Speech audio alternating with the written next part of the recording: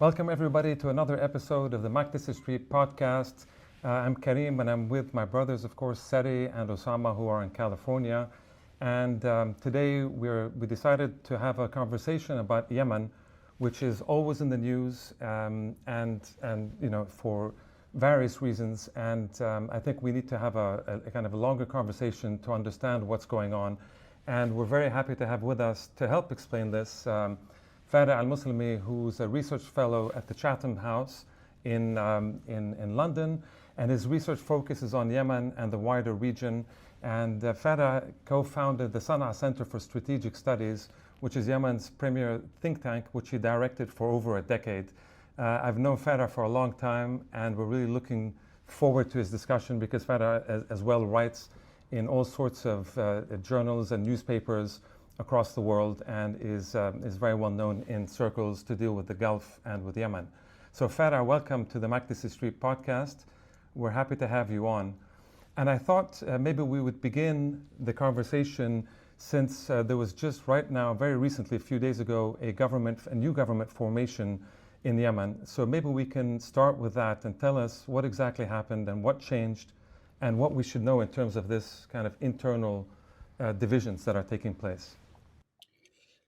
So yes, we have a new cabinet in Yemen that was formed the last month, and it is partially related to the developments that have happened in Yemen, which witnessed a huge fallout between Saudi Arabia and UAE.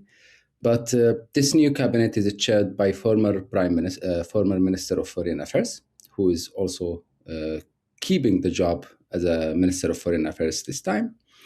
And it has two sides. One side is it's in some parts technocratic government, at least in some sections of it.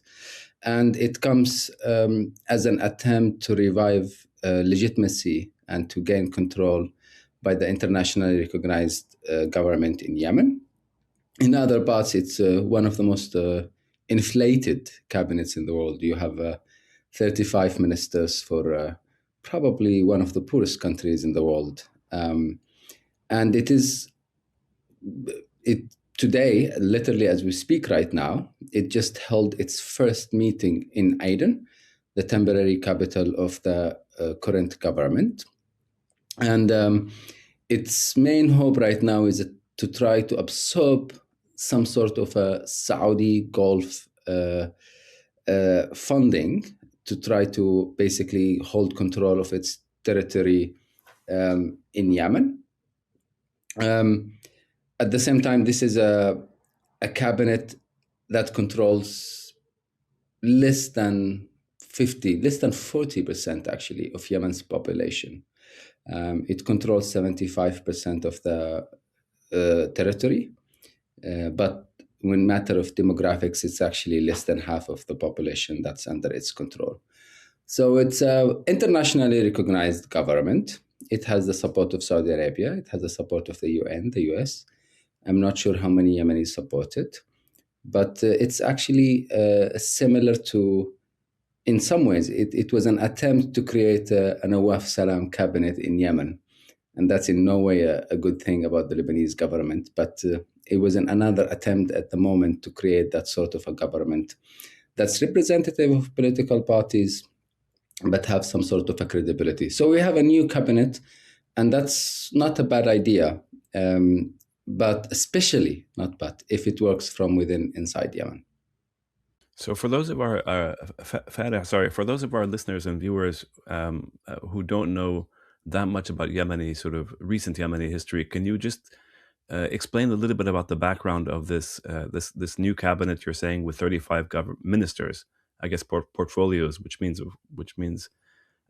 as you said, which is unusually large for any government, frankly, anywhere in the world. But can you give us some background as to the history that led up to this moment in very broad strokes for people who are not as familiar with the history of Yemen? So Yemen is going through a combination of a civil war, proxy war, and everything else, which is a failed state, bad bureaucracy, all of that sort of things that you would get into the list. And this government is one that is supported by Saudi Arabia, by the Gulf, by the United States of America. And the last time it had a budget was 10 years ago. And the last time we had a parliamentary elected in Yemen was in 2003. So it's an internationally recognized government. And it came at a moment of a regional proxy wars in Yemen evolved in a new destructive way. Before that, you had the proxy war between Saudi Arabia and Iran. Now you have partially a proxy war between Saudi Arabia and UAE. So this is the new formation of kind of a Saudi-dominated, controlled government within the south of Yemen. And some parts of the east, some parts of the middle, but it is mostly within the government-controlled area. And it comes, again, at a moment in which Yemen has a total collapse of resources. There is no revenues for the government at the moment. But and it comes also as a result of 10 years of an internal civil and proxy war. So it's also fragmented, it's also weak, and it's also a cabinet that is lacking narrative in many regards. The current prime minister has a good reputation of being a bureaucrat, of being a statesman, of being in the game. He was a former Minister of Foreign Affairs. He was a former ambassador to Riyadh. He was a former vice minister. And he has around him a bunch of folks who are similar-minded in that regard. But that's the one aspect of it. What we have to always remember when it comes to the internationally recognized government of Yemen is it only controls, again, less than half of the population. It's highly dependent on Saudi support. It's highly dependent on international recognition, much less. And it's blocked by by various levels of internal division within that anti-Houthi camp in Yemen. And that's a whole another story. But Farea, can you mentioned the Houthis or the Ansar Allah. Can you explain to us who they are exactly and what the split is? Who controls which part of Yemen and where they came from? And everybody, of course, tends to associate them with Iran, but can you give a little bit more a nuanced history of where they come from and the relationships that have kind of split up in Yemen over the past decade or so? The Houthi are a local Yemeni group, rebellion group, obviously. It's a Zaidi religious, which is Yemen's version of Shiite Islam. They started in the mountains of Saada in North Yemen in 2004.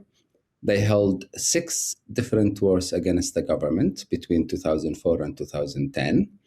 And it's a group, the way I personally think of it, is a combination of Shia Taliban, FARC of Colombia, and North Korea. It's North Korea because it's isolationist. It likes to isolate Yemen from the world. And it's a Shia Taliban because it has a very radical view of daily life, of socialism, of of theological explanation of life. And it is similar to FARC because the Houthis, they grew up in Yemen partially as the result of the destruction of the left and political parties in Yemen, let alone that they engage in various illicit trade and economic models. They are Yemeni rooted. They were capitalized on by Iran in the 4th war they held from the government. So Iran was not really involved in supporting them, contrary, for example, to Hezbollah, until 2007, 2008. That's when Iran started officially meddling and supporting the group. And it has held since 2014. It took power by force, the capital Sanaa of Yemen. And there was before that a fragile UN peace process political transition. And since then it took power by force in Sanaa and have controlled since then most of the north of Yemen. It tried to control the south for a small part, for a short period of time, but UAE, Saudi supported military operations expelled them out of the south, though they continue to rule the northern of Yemen.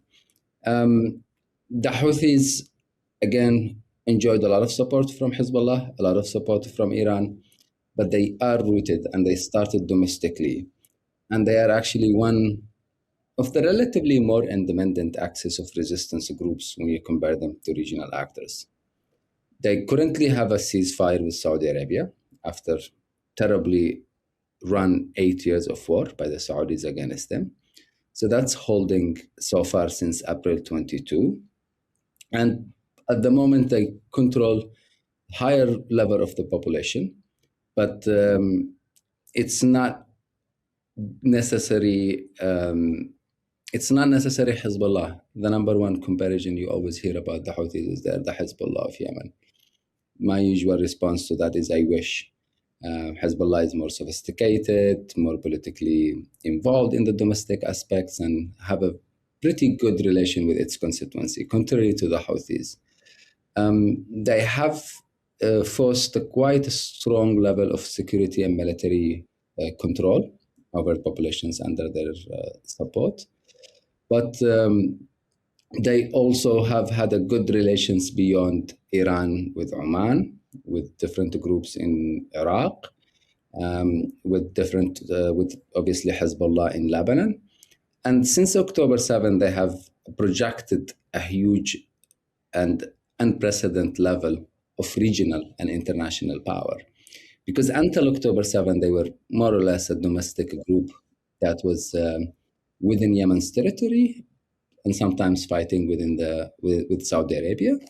But until then, it was mostly domestically viewed group. And I think at the moment, their ultimate, there is a currently opposed roadmap sponsored between them and the Saudis that was put into pause again due to October 7.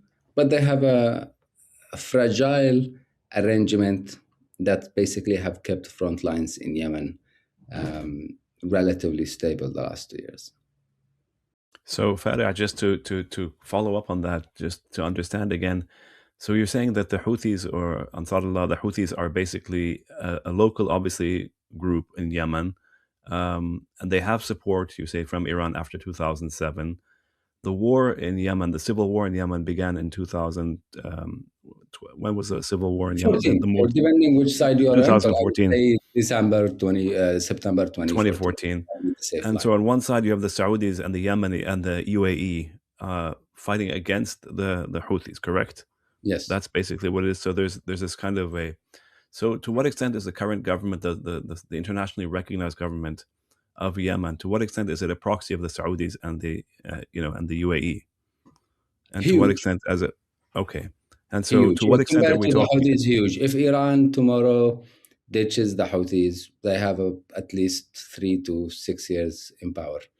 If the Saudis tomorrow ditch the Yemeni government, they probably have 24 hours.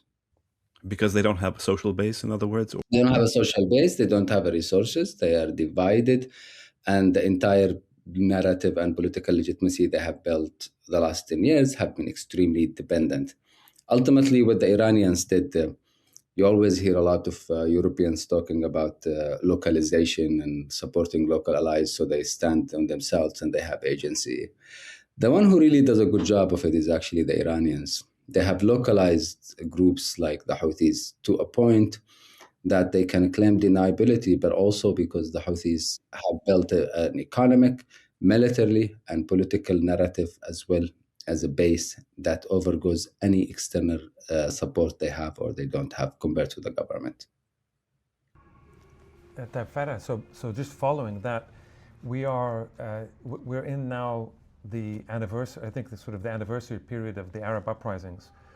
How would you sort of in retrospect look back over this past period from the period of Abdullah Saleh and kind of moving forward where he's taken out of power, and then you have at first what I think a proper, as far as I know, a proper genuine uprising, and then you end up with this kind of with a civil war, and then the external kind of proxy war and the international interventions by the UAE on the one hand, the Saudis on the other, and then eventually the Saudis and the Emiratis now, and we'll talk about this a bit later, now they're clashing. So but in the meantime, there was a UN-led kind of, as you said, you didn't say a peace process, but a kind of political transition type process. How would you evaluate this period since the beginning of the uprising?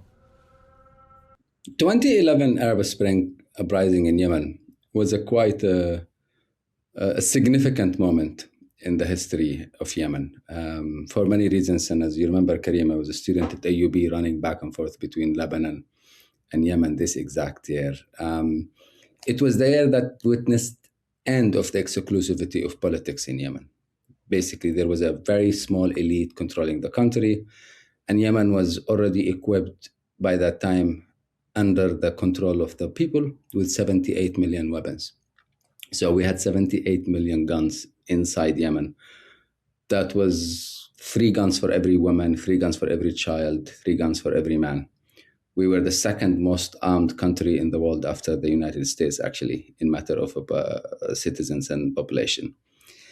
Despite that, you had an unprecedented way of peaceful change. Yemenis went to the street, they ditched their weapons, they moved to change squares. It was relatively a peaceful, fantastic example of a public uprising. That was also amusing. And it was happening the same time around Libya, around Egypt, around Tunisia, and also sometimes Bahrain. But it was around the Arab Spring that was happening. By that time, the GCC countries were alerted, the Gulf countries specifically, who are the neighbors of Yemen, by this new uncontrolled power dynamic in their borders, by this new inspiring revolution. So they stepped in and they brought something called the GCC initiative, Al Mubadara Al Khalijiyya. And it was in coordination with the United Nations in that time. It was facilitated. But sorry to interrupt, but just for our listeners who don't know, can you just explain what the GCC is? The Gulf Cooperation Council, it's the most famous club of monarchies in the Middle East. And it's a neighboring countries that also combines 6 countries: Qatar, Saudi Arabia, Bahrain, UAE, Kuwait, and Oman. And they have a lot of disagreements, but they have a lot of interest in keeping the current power of monarchy within that formula. And it's obviously a neighboring country in Yemen, and always with Saudi Arabia having the biggest hand, they practiced a lot of influence over Yemeni politics and over Yemeni state in different formal and informal ways. So they came up with this thing called the GCC initiative in support with the UN. The GCC initiative, the idea of it, and that was also part of the US thinking, the British thinking, and the P5 thinking, is we are going to have a peaceful transition in Yemen. And that transition will not be divisive like Libya. We will not disagree like we did in Syria. Yemen was the make-up homework by that time for the international community, in which it should look fine and we can move. And even you find by that time China, Russia were very involved in that process. In theory, that deal was good. It had one simple problem that ultimately became a big problem, which is they provided an unconditional immunity to former President Ali Abdullah Saleh. The deal was you leave the power and then we will never hold you accountable for anything you did for 33 years. You ruled Yemen, or misruled Yemen to be accurate. And I think that was what ultimately led to a war in Yemen. That process, which had no accountability, had kind of a pass for former regimes to do whatever they wanted. It came at one point in combination with regional math. It came in combination with the failed management of the process, and ultimately exploded. For 3 years, we had a national dialogue conference. We had all the check boxes you would imagine, probably a peace deal done with it. But the level of unaccountability was thriving.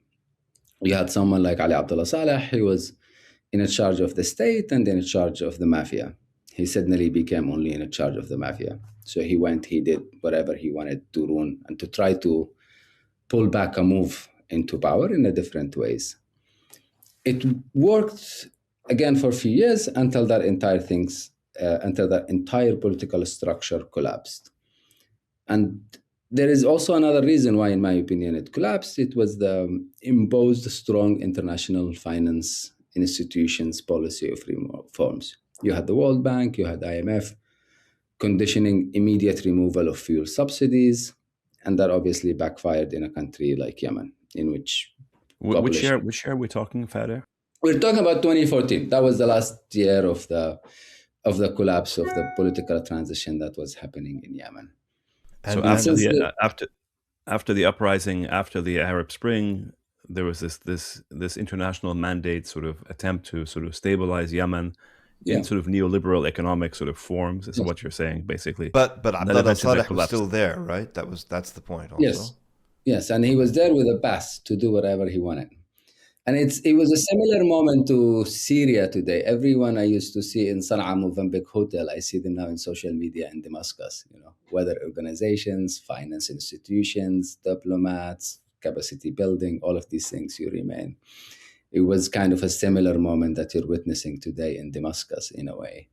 And that was a first political transition in a way that did not keep in mind the basic grievances of the population. It wanted things to get done. There was security arrangements. No one wanted the mess from Yemen where Al-Qaeda is. That was Obama's number one priority by that time, how to maintain Al-Qaeda inside Yemen. And no oil company wanted Aramco or the Gulf to be affected of what's happening. So it was a deal about anything except Yemen. And it functioned for a while until reality came into a show at one point. And that's when the Houthis took over. When is that? September 21st, 2014. Yeah. So we're talking about all a matter of a year, essentially a year we're talking. No. The GCC deal was signed in November 2012. So we're talking about 3 years in which things looked like they were working on Yemen. They didn't, but in my opinion, similar to Damascus these days, everyone wanted them to look like they're working. Everyone was hoping for that. And so how did the Houthis take over? Like, what's the story? So in other words, they come over in 2014. You're saying they have a social base, or they had a social base, unlike the current contemporary government of Yemen. And so what's the split about? Is it simply a struggle over resources, or what is it? I wouldn't say they have a base now. I would say they had a base, because by that time they were still also not tested. But what happened is probably 3 to 4 things. First of all is Iran did make a use, by that time the collapse of the central state in Yemen was happening quickly. And Iran made a good use in that. It speeded up its support for the Houthis between these years. But the second thing was, you had a huge thing that was the Houthis used to enter Sana'a, which was the Yemeni government removed fuel subsidies, actually. And that was an IMF World Bank forced policy. They could not believe that sometimes fuel subsidies are cheaper than wars. So they pushed this into the government. Everyone in Yemen was against it. And the Houthis used that as a political protest to basically call for the removal of it. So they marched into Sana'a with thousands of people who looked like, again, the whole agenda, the whole narrative was like, we're not going to accept the suffering of the Yemeni people because of this. That was the other aspect in which they basically rided or hitchhiked through it inside Yemen. But there was really a poorly run political transition. The president who came after Saleh was his former vice president, Abdurrabbu Mansour Hadi. And he is not the most capable man in Yemen, you would speak at all, in different ways. So he was a poorly managed process in a regard that also created a lot of frustration for Yemenis across the country. And it created different military alliances. But there was also another unspoken part, which is related to the reimagination of modern nation state. There was a forced federalism by the UN, by internationals, by the president himself. And it was not a federalism that was based on economic security arrangements. It was properly a sectarian federalism, in my opinion. And that one brought that decision to try to reshape Yemen, in addition of it being incorrect in that way. It brought a lot of centers of powers together. It brought Ali Abdullah Saleh. He wanted to continue to control oil contracts in Yemen, so he did not like it. And it forced a specific sectarian group of Yemen, the Zaydis, in one corner. So they were very alerted, and it was not right. And and also another third man who didn't like it. There was Ali Abdullah Saleh, there was Abdul Malik al-Houthi, And then there was the French ambassador, who also was not happy because it rethought the oil contracts that Total was getting in. So a combination of this theological resources, but also international corporates came together and brought a brutal end into something that was also legitimately problematic, honestly, and then put an end to the peace, to the political transition that was happening. And then from then, Farea, then the civil war sort of expands, and as it expands, more regional intervention takes place. And the way it's usually depicted in Western media is basically like a proxy war between Iran on the one hand and Saudi Arabia and UAE on the other hand. But it sounds like it's much, much, much more complicated than that. So can you go through the dynamics of this civil war period that take us basically from 2014 up to more or less up to the present, but obviously, in a succinct way?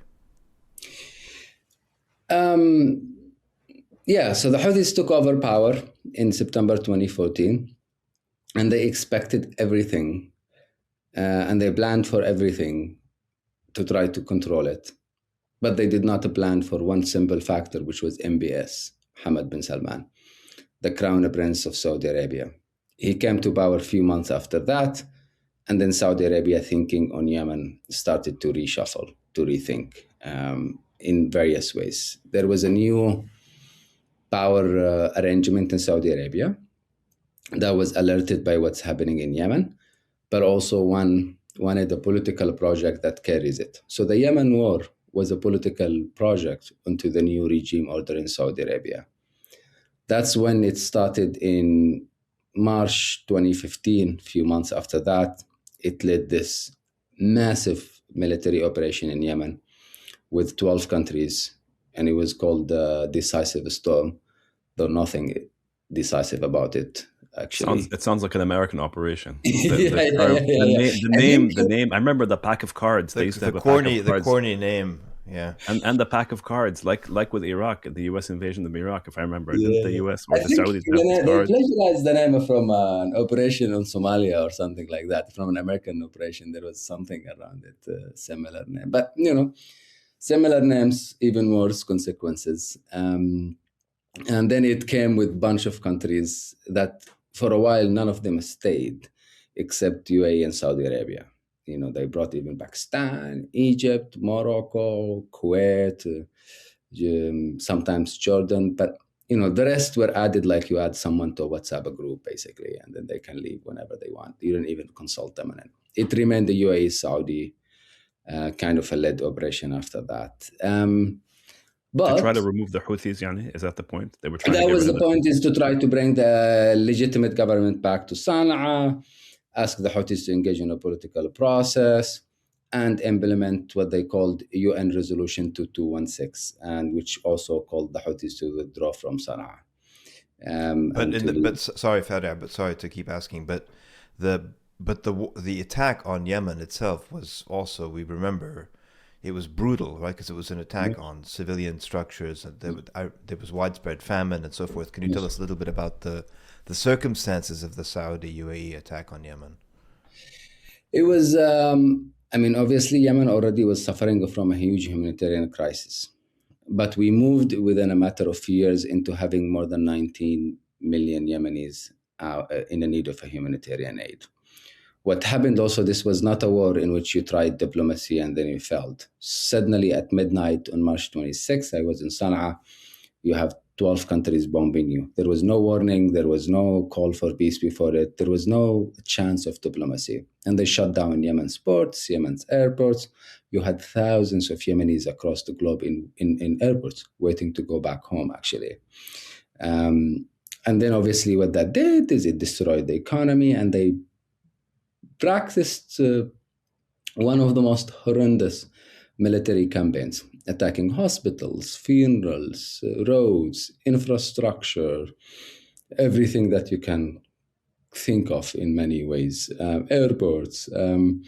And it was a war. The Saudis and the Emiratis. The Saudis and the Emiratis with an American and the British intelligence support, actually. I see. So you have had that also. Everyone was bombing Yemen in a way, And the idea, Farea, was that they thought that this would bring about, like, was sort of like shock and awe kind of thing, that the Houthis would simply collapse quickly, and that would be that. Is that the idea? Yeah. They thought they can burn the forest to get the snake out, basically, no matter how. That was the whole policy of it. And there was assumption, obviously, there was ground troops that they started building with the support of the Yemeni government. But the hope or the illusion was a constant illusion that force would make a difference in Yemen, which is not the case. The Ottomans have tried, the British have tried it, the Egyptians have tried it in the 60s. But it was an illusion of force. And I continue to think that was less related to Yemen. It was more related to the Gulf thinking themselves.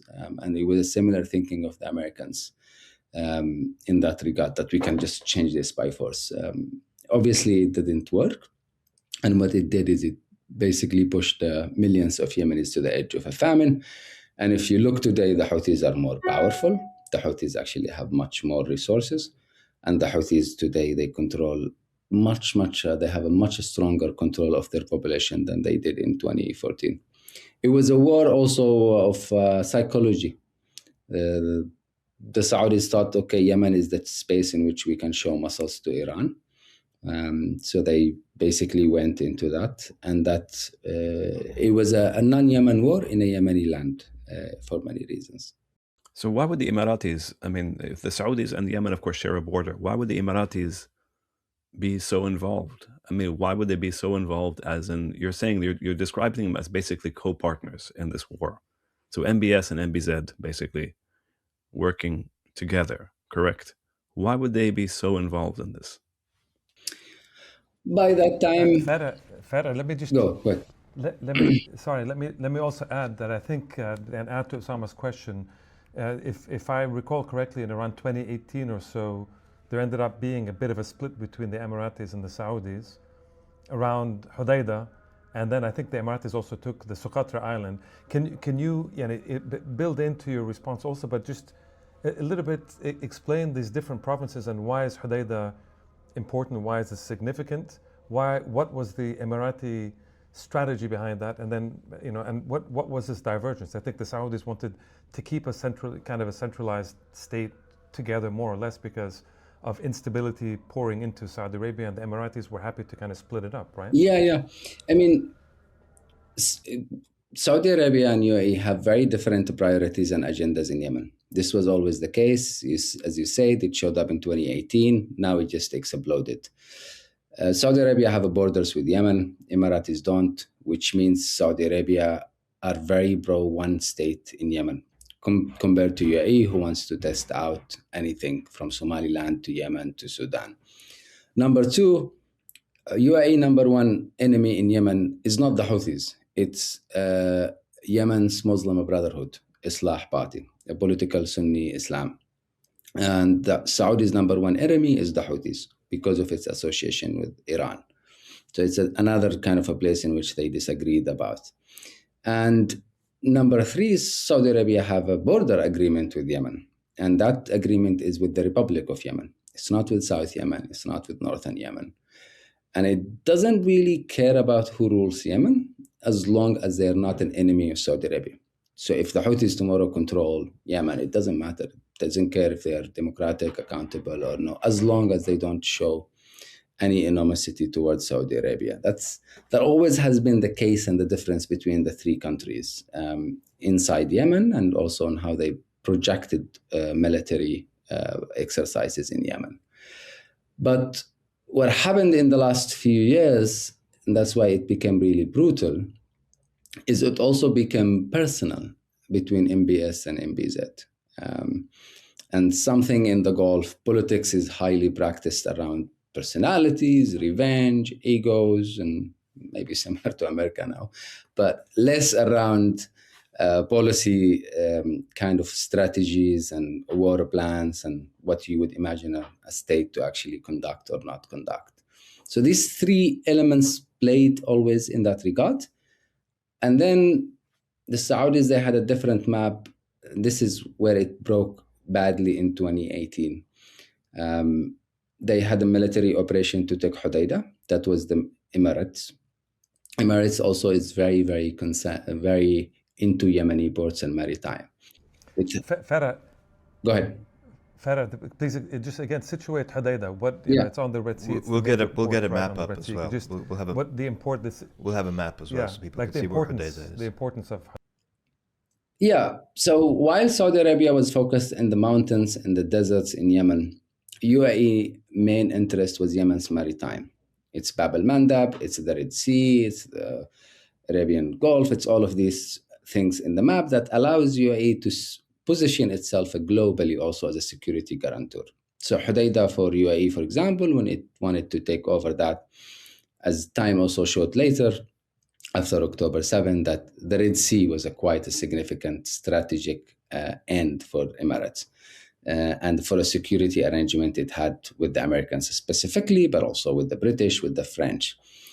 Saudi Arabia did another thing that's not related to Yemen, which is it killed Jamal Khashoggi, and a Saudi journalist. And the world basically caught it doing so.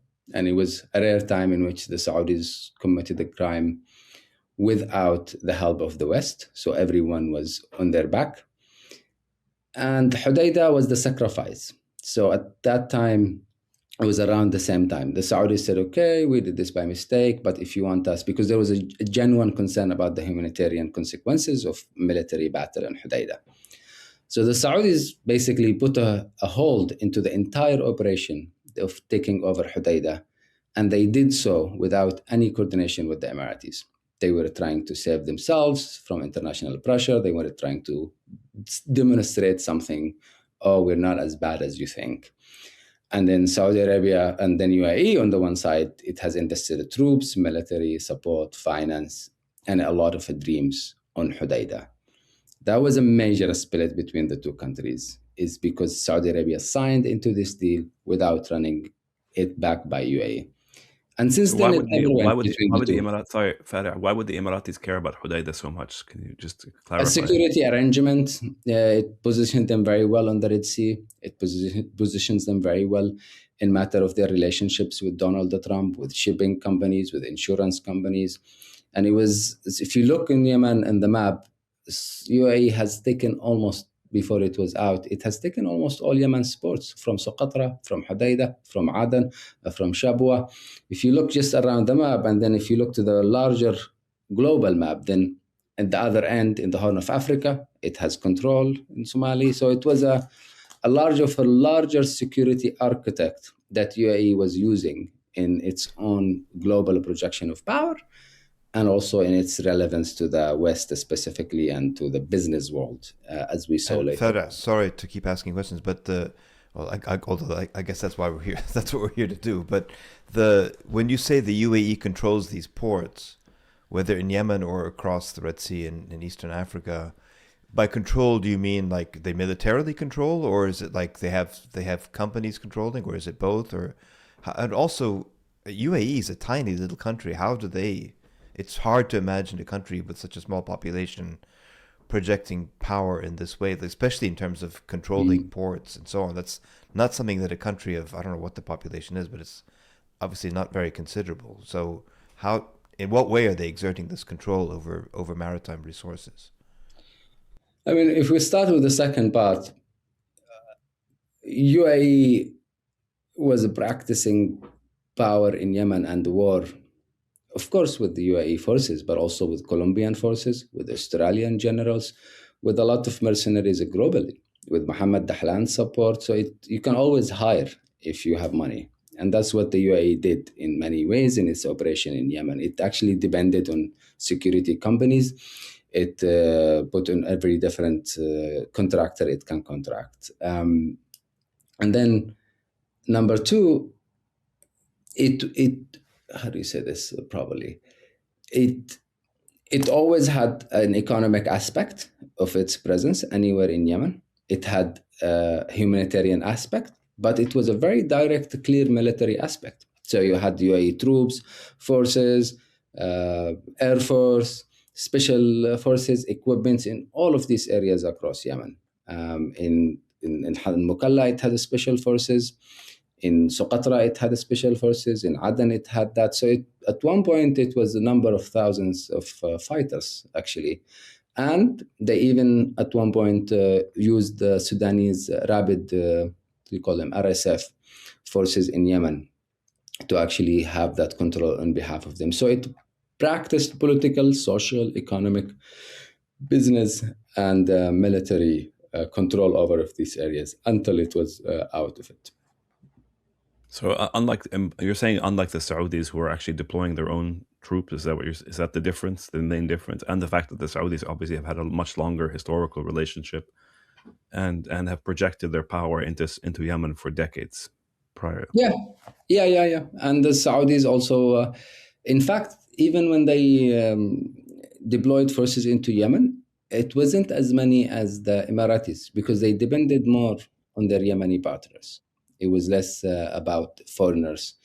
While the Emiratis, they brought American mercenaries, they brought Sudanese mercenaries, they brought Colombian mercenaries, they brought Israeli mercenaries. They brought everyone that you can basically employ that doesn't follow any law anywhere in the world. And the bombing, just one last technical or sort of detailed question, sorry. The bombing of the hospitals and in Yemen, you said this was a beginning in 2014 and goes all the way to 2018. Sorry, 15 and going all the way. Yes. Until when? Until the last kind of extensive bombing happened in Yemen was in 2018, 2019. Since then, other than the Israeli bombings more recently.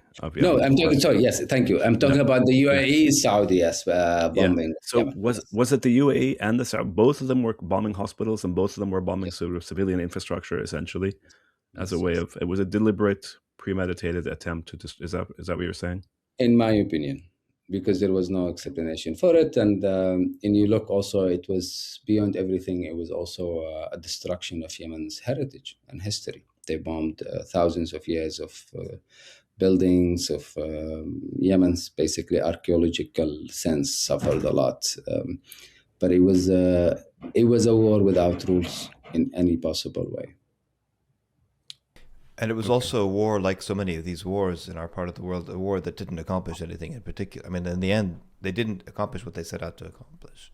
It did accomplish a lot, the other way around, It actually empowered the Houthis. It didn't bring the government back to Yemen, as we noticed 10 years later, it brought the alliance on each other's head. By now, the Houthis are not weaker. They are not out of Sanaa. It's in fact Saudi Arabia and UAE fighting. So it did a lot of destruction and a lot of achievement, except totally the opposite of what it always claimed. Yeah, that's what I mean. It didn't accomplish what it intended to accomplish. Yeah.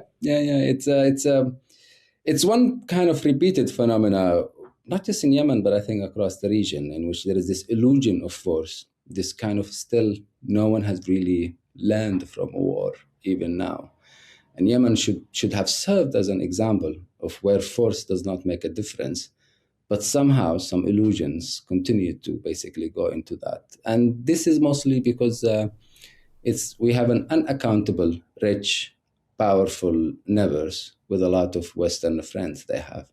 So they could afford basically, even for their own selves, even for their own map, they always could afford transforming scandals into success stories.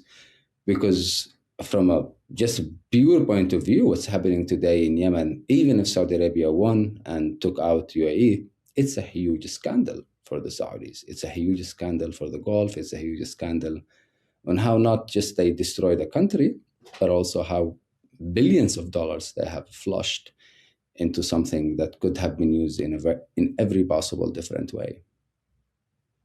So when we think, Karim, I don't know if you want to broaden it out regionally, but when we think about what happens sort of going forward after 2000 and in 2022, 23. So right now, basically, the Saudis have pushed the Emiratis out. Is that what's happened in Yemen right now? Yes. But coming up to this moment, in terms of what's happened, in terms of the Houthis and their response to the Gaza genocide, how does that fit into this broader picture you've been painting for us, Farea, of essentially what began as a Yemeni uprising, way back at the very beginning of the Arab Spring, for a better life, which then gets co-opted, or it gets sort of like the UN and the international community comes in to allegedly sort of manage this transition, allegedly, that then breaks down into a Saudi Emirati war, which eventually fails to achieve anything except the spending of billions of dollars, and leaves the Houthis in even more and power, the destruction of millions of lives, obviously, and the destruction of lives, and a famine in Yemen, and the destruction of heritage sites, and the destruction of hospitals, etc., etc. All these things that a really chilling sort of portrait of power and just the sheer inhumanity of what's going on there.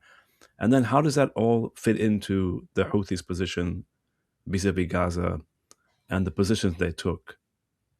So from what you're saying is that they wouldn't have been able to do any of this had they not been strengthened over the decade before. Yeah, I mean, again, like they capitalized on something that's very legitimate, the fuel subsidies in 2014 to make another right. They capitalized on something that's really legitimate and very emotional for Yemenis, which is the genocide in Gaza. Whether you're the Houthi enemy or you're the Houthi friend or you're a supporter to them, this is an issue that there is a really strong sentiment in Yemen. And you would be surprised, because it's not as close as Lebanon or anywhere to the Palestinian, but in Yemen, it's genuinely like a very strong against genocide society, but also Palestinian issue. So that's all. Yemen. Sorry if I have to interrupt you. I apologize. But Yemen also has also a very long history of revolutionary politics. Yes. In the 60s. Our viewers and listeners should. What's the relationship? Maybe these are two separate questions between what happens in 2023 with this much older history of revolutionary politics. That was quite famous in the Arab world and in the world, frankly, in the 60s. Yeah, and that's why you always have the GCC, the Gulf, alerted from Yemen. It's a very dynamic society. It's also revolutionary politics. We joined Christianity, Judaism, Islam. We joined the Arab Nasserite movement of republics. We joined Marxism. You had a strong Marxist country in South Yemen in the past. And you always had the Palestinian resistance group in Yemen. You had Yasser Arafat. You had George Habash in South Yemen. It was always this type of a country, actually. And it remains like that. It's a very dynamic, it's very politicized country. And it's actually extremely Republican, I would call it, even in the worst days of the country, like these days. It's a country in which public opinion matters. It's a country, that's why I always think you can use corruption in Yemen, but you cannot use force in Yemen. It's a very vibrant society, and it always had a strong support for the Palestinians, but also for Arab causes in the past. And that remains. No wonder the Saudis and UAE don't like them. Yeah, you have, and this is why also the Gulf GCC initiative failed in 2013. You had, some of the strongest monarchies in the world, trying to run a transition in one of the most dynamic politicized society in the world, asking for a political transition to work, also hoping it doesn't work. It's a quiet dilemma. That's why there is a reason today we're not part of the Gulf Cooperation Council. It has a sin that Yemen cannot repent from, which is it's a republic. And that is just a sin that not many Yemenis are willing to apologize for. Very few in that regard. So when the Houthis jumped in later on 23, it was not news to the Yemenis, really. And the connection to the injustice in Palestine has always been strong and has always. And there were millions of demonstrators, right? There were millions and millions of people everywhere in I Yemen. remember when Yemen was being bombed, they were still demonstrating for Palestine. Yes. Yeah, and it's a zero. I wouldn't call it a zero-sum game. It's just an unnegotiable. At one point, Trump bombed Yemen. At one point, the Israelis bombed Yemen. The British bombed Yemen. Even the Netherlands joined this operation. But it didn't change matter in Yemen. It's a really strong in that case. And I think it's always hard for me to explain that in my job in London, where people are like, why are your cousins showing up in the Red Sea? I'm like, it's different. It's a strong connection. It's something. And when you think about it, it's a suffering economy, a suffering population.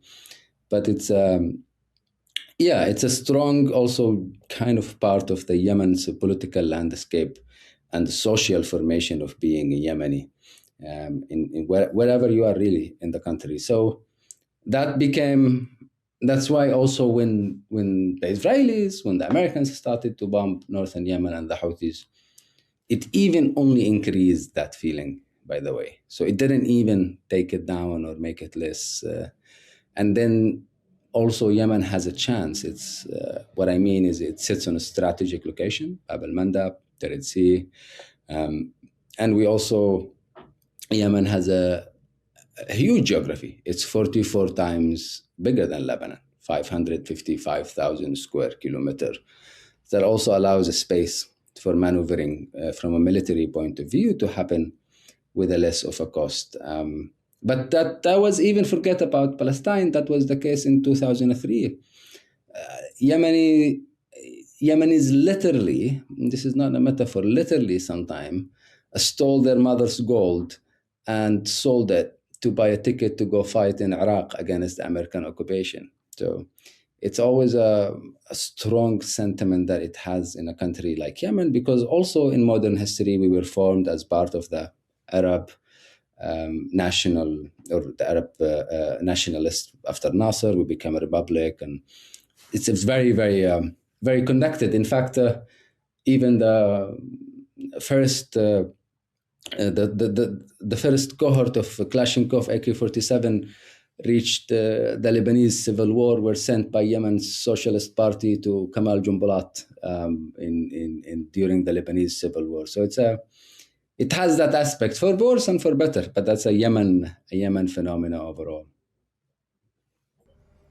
So Farea, I mean, this is a fascinating part, and I just want to push a little bit more. So in the genocide in Gaza, you have this incredible solidarity that you're saying cut across all the different Yemeni kind of the population, right? And at the same time, you have the Americans under Trump and the Israelis, of course, bombing various parts, especially in the north and Sanaa and different parts. But that doesn't do anything, right? The United States pulls back and says, okay, we've now put in billions of dollars to destroy parts of Yemen, and that, as usual, it doesn't go very far. And the Ansar Allah and the Houthis basically keep have they kept, is the blockade of the Red Sea still there? What's the situation there? And how is it that they are still able to be so effective? At the moment, there is a deal or a truce sponsored by the Omanis between the Americans and the Houthis to stop the attacks on the Red Sea. And the Houthis has always been very consistent that if the attacks on Gaza stop, we will stop in the Red Sea. And I actually believe them. I think they are serious when they say that. And they have stopped, if you notice, the whole time. But Farea, sorry to back up, but at one point when the U.S. intervened against Yemen, in response to the genocide in Gaza, the Yemenis said, okay, we're sealing off the Red Sea, especially to Israeli shipping, or to shipping going to occupied Palestine. And then the U.S. intervened allegedly on behalf of the Zionist state, and they bombed Yemen, as we were saying. But then at some point, Trump negotiated a deal with the Houthis that cut the Israelis out, which was actually quite interesting. In other words, he made a deal with them that kind of excluded the Israelis, so that the Yemeni response to the Israeli genocide in Gaza could continue, even though he had a truce with the U.S. itself in the Red Sea. Am I getting that right? Yeah. And because the Houthis knew what they can and what they could not sign up for. They could sign up for an oppose of the attack on American ships. But as long as the Gaza war was continuing, they knew they could not sign up for a deal that is actually a truce with Israel. And that was simple for anyone who knows Yemen very well. But ultimately, the truce happened, so the Houthis are committed to it. And going back to our initial point about how they have more independence and more agency than what one would imagine, I genuinely don't believe if tomorrow there is an attack on Iran, the Houthis will pick up a fight on behalf of Iran. No, they actually don't see that valuable, and they don't see themselves as a proxy, and they will not, in my opinion. But if anything happens on Gaza again, you will find them showing up the second morning on the Red Sea. So and they take that decision on behalf of themselves, and it's to them much more calculative than what people would actually imagine, specifically from a domestic point of view. But things are happening in Gaza. I mean, things are happening in Gaza. I mean, the blockade, like in a sense, Gaza is still being subjected to. I mean, there is technically and notionally a ceasefire. So I'm wondering, like, how do people in Yemen think of this? I mean, insofar as you're saying they're deeply committed. You're saying it's in the Yemeni historical consciousness, political consciousness, cultural consciousness, sort of their sense of who they are as Yemenis to support the question of Palestine and Palestinian freedom. And of course, there's opposition to the genocide in Yemen and across the Arab region in general at a popular level. But in Yemen is one of the few places that actually acted to oppose the genocide. And so I'm asking, what is their view of what's going on today? I mean, how long are they going to? Do you seem like the Israelis are continuing to do what they're doing in Gaza? The ethnic cleansing in Gaza continues even as we speak. So do people in Yemen, do the Houthis, for example, just accept it and tolerate it because they have their own? I mean, how do you figure that? What they did is they specifically said we are under the request of our Palestinian counterparts.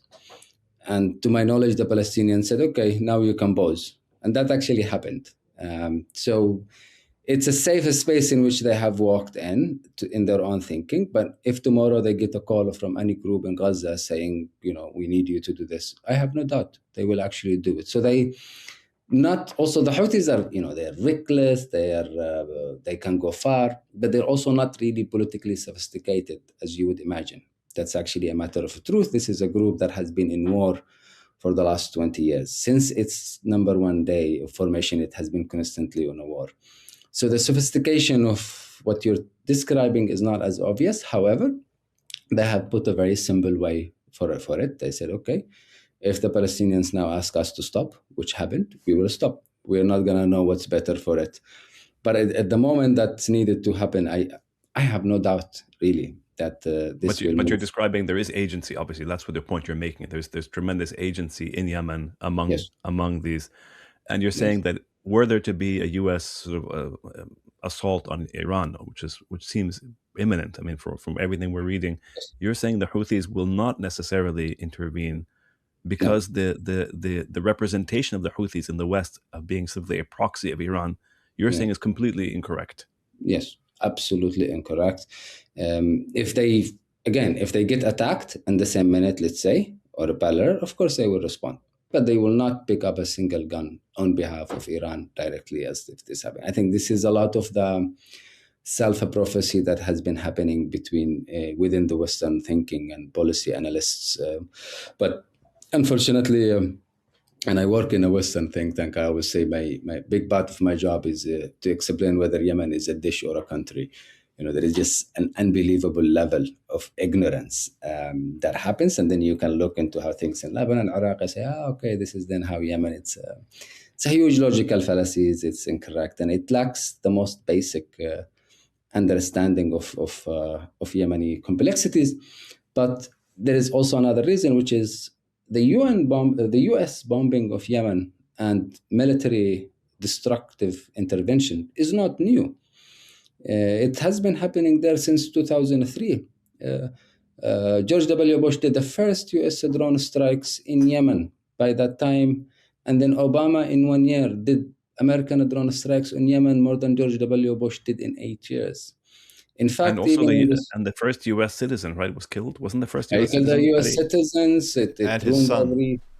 And his son. And for people who don't know, Obama basically had a U.S. citizen and his son extrajudicially. I mean, it's not worse than killing all these thousands of other people that Obama had killed, but it's interesting that a U.S. president would order the extrajudicial assassination of a U.S. citizen, because that's not supposed to happen in the U.S.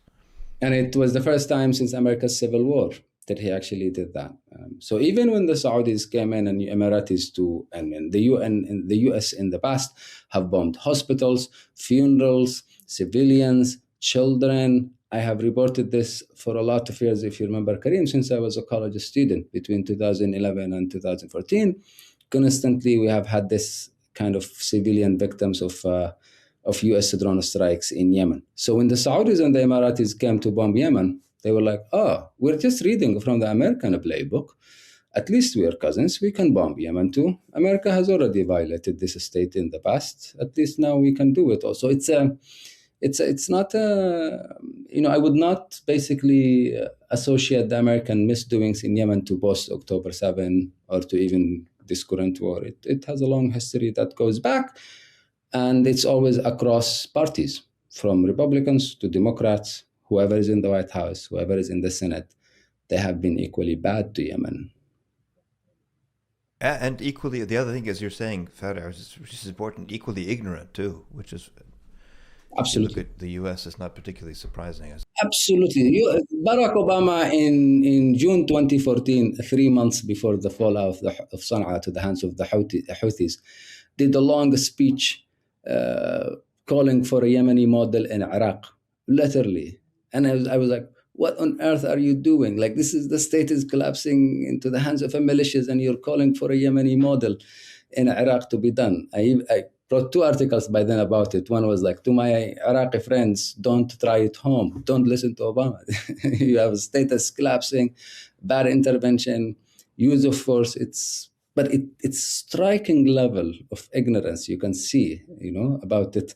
And because, frankly, there is another frustrating issue with this is for the United States of America, for the British, for everyone in the West, Yemen was, and this is what's new now, and that's why they're kind of gaining the fruits of this. Yemen was never dealt with as Yemen. It was never a country. It was always something within the Saudi file. What does Yemen mean for Al-Qaeda? What does Yemen mean for Iran? What does Yemen mean for Saudi Arabia? What does it mean for maritime? It has to do with anything, but it wasn't about Yemen. And when you look into any country through the lens of another country or another topic, you're not just unethical, but you're also stupid, extremely ignorant in that regards. And I think that always has been the case with Yemen. Whatever was happening or was not, there was just no Yemen department anywhere else really you can think of in the West. So Farea, as we begin to wrap, where we are today, basically, just to kind of summarize some of this discussion, we have this split between the Emiratis, who were trying to fragment Yemen, right? They were trying to support a secessionist movement in the south. You have the Saudis, who are now deeply opposed to that. They're in kind of open conflict, not just in Yemen, but across the region. And the Saudis, in general, their interest is to try to preserve a kind of stable, not stable, but a unified kind of state that could become stable.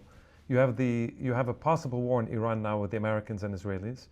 You have the Israelis who will, even if it takes 100 years, they're going to do everything they can to attack the Houthis and unseat them, as they did or try to do with Hezbollah and Hamas and the others. They're not going to stop. To add to that, Karim, the Israelis now have a base just across the Red Sea from Yemen too, which they've arranged. Yeah, well, they're trying to build that with the Emiratis as well, right?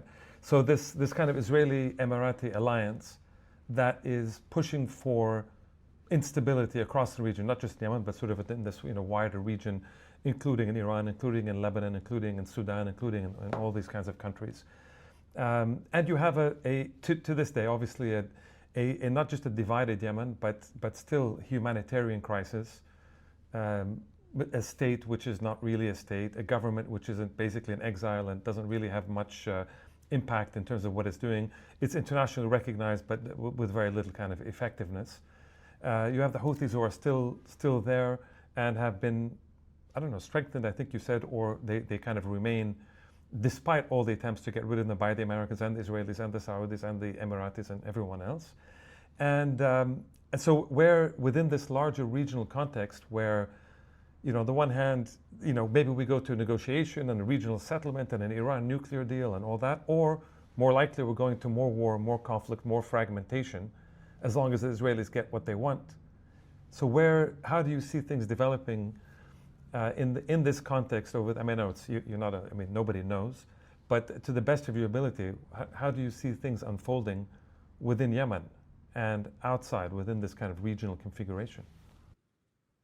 Despite the huge cost of UAE being out of the coalition, meaning that it's no more responsible for even paying for rebuilding Yemen or any financial compensation for what it misdid to Yemen the last 10 years. I actually think it's not a bad idea that you have now only one Saudi Arabia on Yemen. That can actually help bring things into a larger, if you think of this as like a layers of conflicts and layers of divisions, we have one less. And I think that's actually useful in the longer term. We also have a roadmap that was mediated by Oman. Oman also, as a neighboring country of Yemen, have had a lot of unspoken grievances with UAE, but it was the one it was the only neighboring country that did not bomb Yemen, even when UAE and Saudi did. So it allows it to play more of a mediating role. In fact, right now it's the mediation are actually happening I'm talking about between the Saudis and the Houthis and between the Houthis and the other side. So that's actually, you actually in a weird way now have a better shot of having a roadmap again in Yemen. But there is something more important, which I find what keeps me hopeful about Yemen is we did not have, going back to the idea of politicized Yemen, we did not have a state-structured violence in Yemen, like Syria, like Libya, like Iraq. The inner being of a Yemeni is not shattered. And I think that has always allowed us of a conflict and conflict resolution throughout history. And keeping in mind how Yemen dynamic is, I actually think we have a shot in going back into that framework. What will be a challenge right now is how do you undo the impact of a proxy war that has happened? Because I believe proxy wars sometimes can be more destructive than direct wars. They ruin your own domestic agencies, the own rules of conflict, of rules of everything that we have done. And they bring new aspect into a very poor country, which is money. So all of these have, of course, have made it more difficult. But now, the less of a foreigner troops you have in Yemen is the good news, actually. So in a way, you actually have now much less of a Hezbollah and Iranian in Yemen due to the Lebanon war. You actually have no UAE anymore directly present. So that's another good thing. The question is, what keeps me worried more is how far will Netanyahu go? I think there is a new round of war we have not seen. And apparently, if we are learning anything, is his arm being let free in the region. And if we can manage to escape that new round of violence, I actually think it wouldn't be difficult to imagine a peace in Yemen in a year or so. But depending of what happens in that end, honestly and unfortunately, I think we will go further. Because, again, you have all of the sides are more or less much less different now. Saudis and Saudis and the Houthis are on the same page. Government, is back in Aden. Oman is on board with a peace. Everyone wants a de-escalation in Yemen at the moment, to my knowledge, including the Iranians. The only one who does not want any de-escalation is Benjamin Netanyahu. And that is quite worrying. And I think how far he's willing to go in that regard but that is just across the region, I guess, not just Yemen.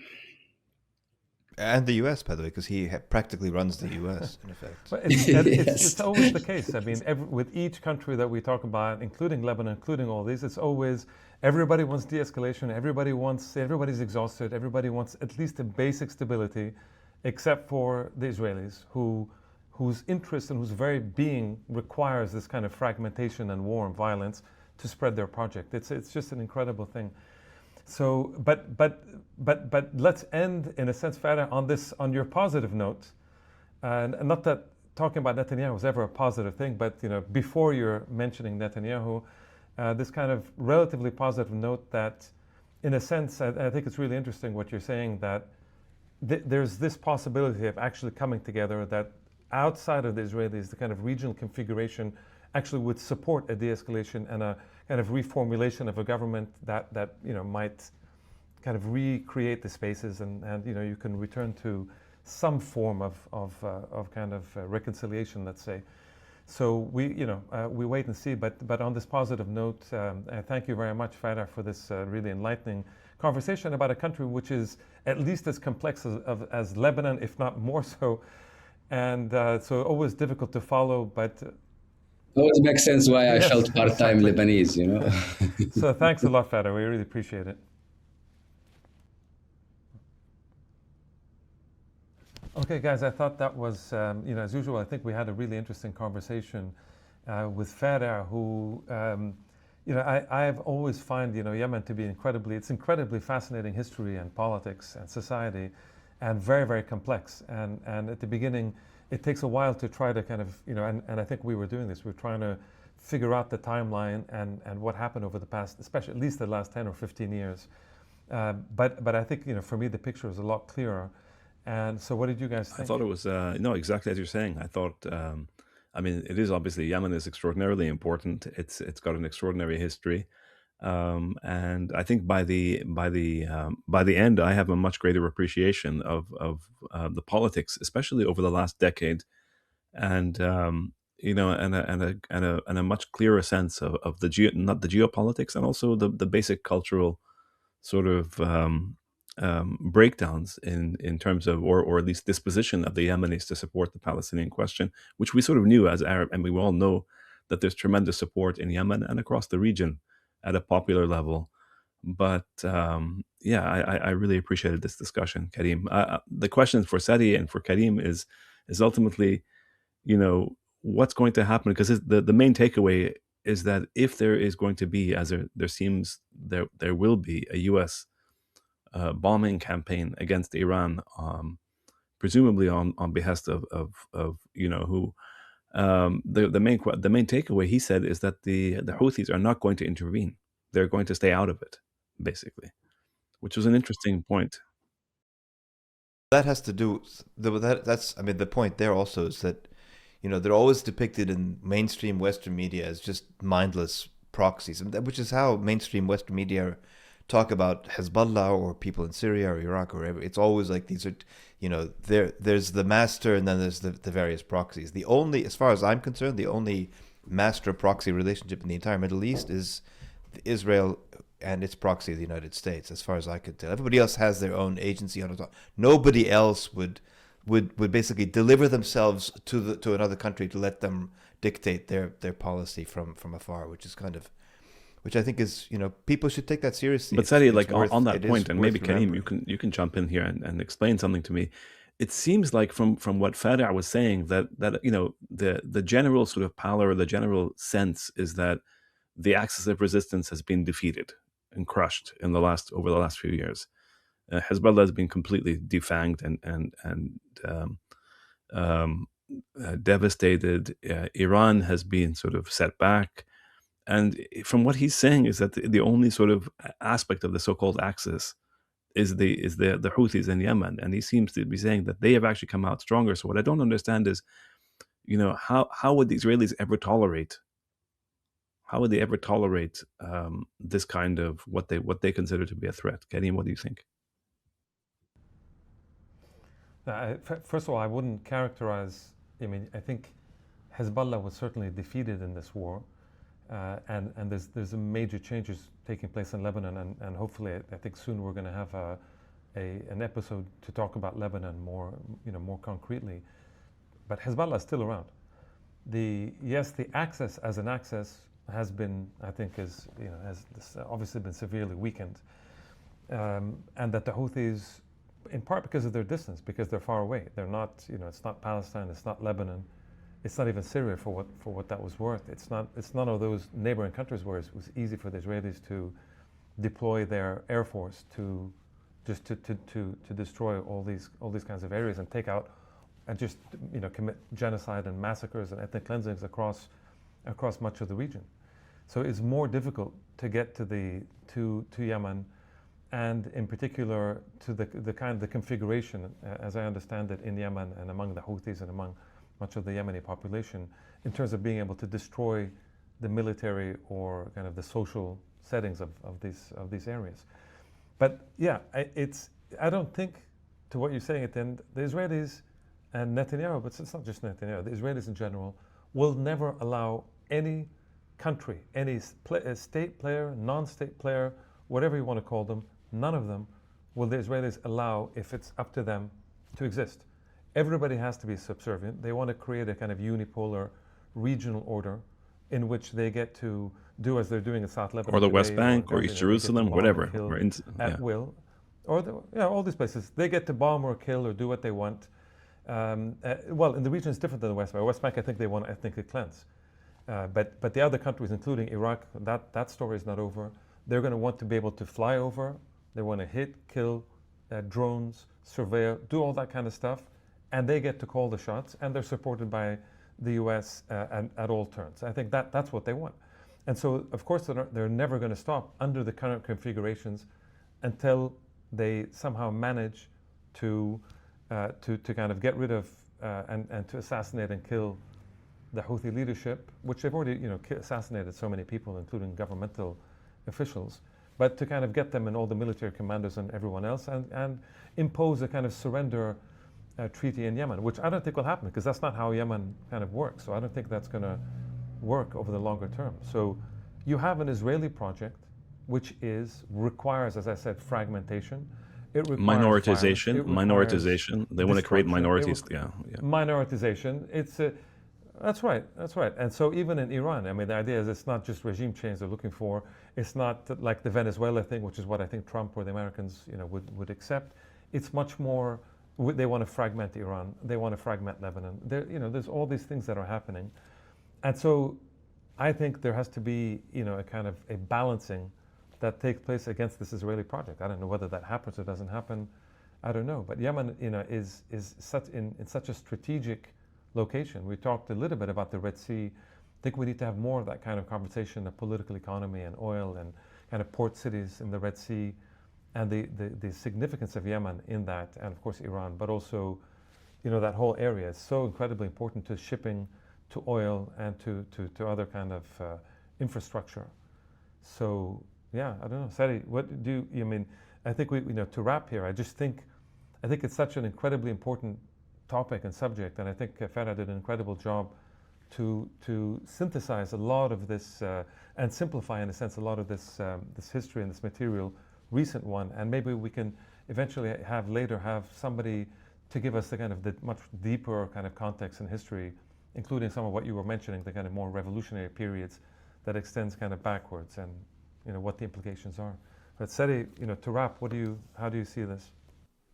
I mean, yeah, other than the Israelis and their proxies, I think what was so striking about today's conversation was the contrast Farea was making between basically a coalition of local principalities and monarchies and whatnots against a very strong, very independent Republican, popular Republican movement, essentially. And that the monarchies ultimately failed. And his point about Yemen not being a place that you can subdue, and there are these places. I mean, the British tried it, the Americans tried it, different people have tried to bring Yemen to heel, and they've all failed, and the Israelis have failed too. And at that moment, as I said, when Trump cut a deal with the Houthis, but excluded the Israelis, that's because that's a very rare departure where the Americans sort of make a deal and they leave their Israeli overlords, out of the picture. That was kind of extraordinary, and it speaks to the. But it also, yeah, I mean, to me that was the most one of the most striking things, because we're more aware about what the Israelis are up to, and it was great to get a picture of not just the internal dynamics within Yemen, but the peninsular dynamics too. And the split between the UAE and Saudi Arabia, and the UAE, Saudi Arabia, the role of Oman too, because Oman always is kind of drops off people's radar screens in terms of what they're up to. But it's true, that's the other big border that Yemen has, its eastern border is with Oman. So it was fascinating to learn this, and I think it would be good to do an episode on shipping in the Red Sea and that kind of infrastructure. We have a few people in mind that we'll be talking to see if we can do that. So yeah, but it was a great episode. Okay, guys, thanks a lot. Thank you, guys. Thank you.